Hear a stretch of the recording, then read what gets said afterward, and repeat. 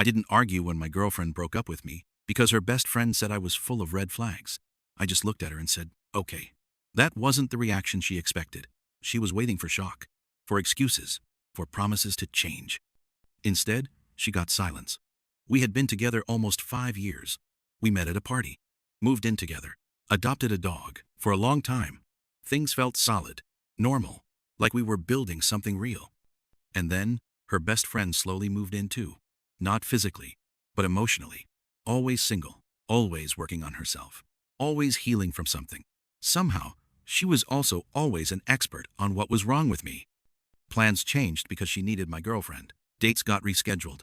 Conversations were interrupted. Decisions were no longer ours. They were filtered, reviewed, approved by someone who wasn't in the relationship. At first, I told myself I was being mature, that this was what healthy relationships looked like. I was wrong. The turning point came when I got seriously sick. Not a cold, not man flu, a real fever. Shaking, barely able to stand. My girlfriend had a weekend trip planned with her friend. I didn't ask her to cancel. I didn't beg. I just asked if she could stay one day. She didn't answer me right away. She called her friend first.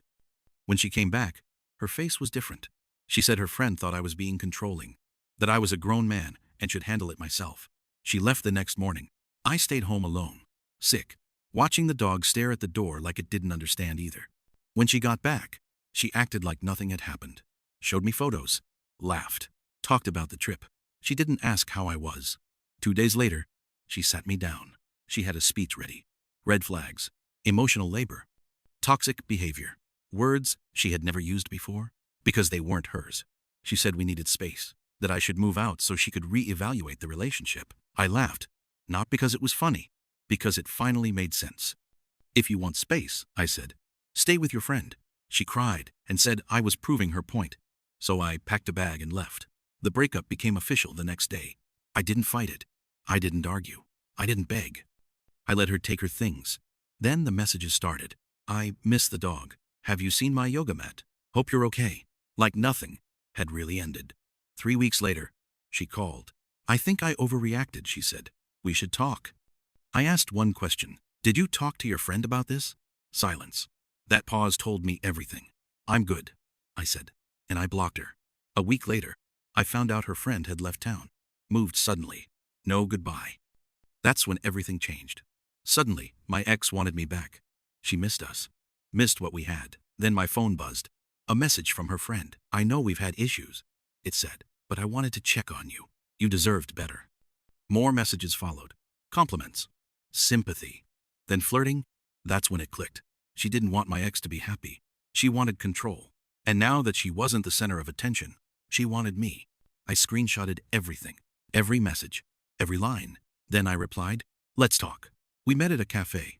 She walked in confident, until she saw who I was sitting with. Friends who knew her pattern, people who had seen this before, including someone she had done this to. I laid it all out.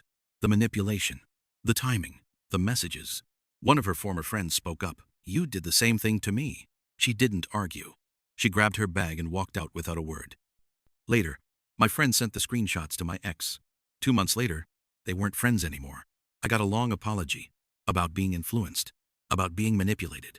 It came too late. And here's the part nobody warns you about.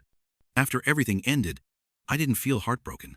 I felt quiet, like a constant noise I'd lived with for years had finally stopped. I started replaying old moments. Every time I compromised, it was called maturity. Every time I stayed calm, it was emotional distance.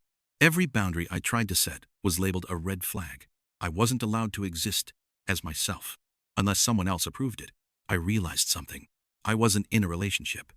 I was in a committee, and I was the only one without a vote. A few weeks later, I ran into my ex at the grocery store.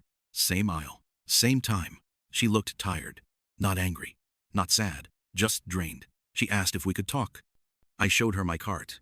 Cheap food, energy drinks, a new game. This is who I am, I said. The guy you thought wasn't enough. She didn't argue.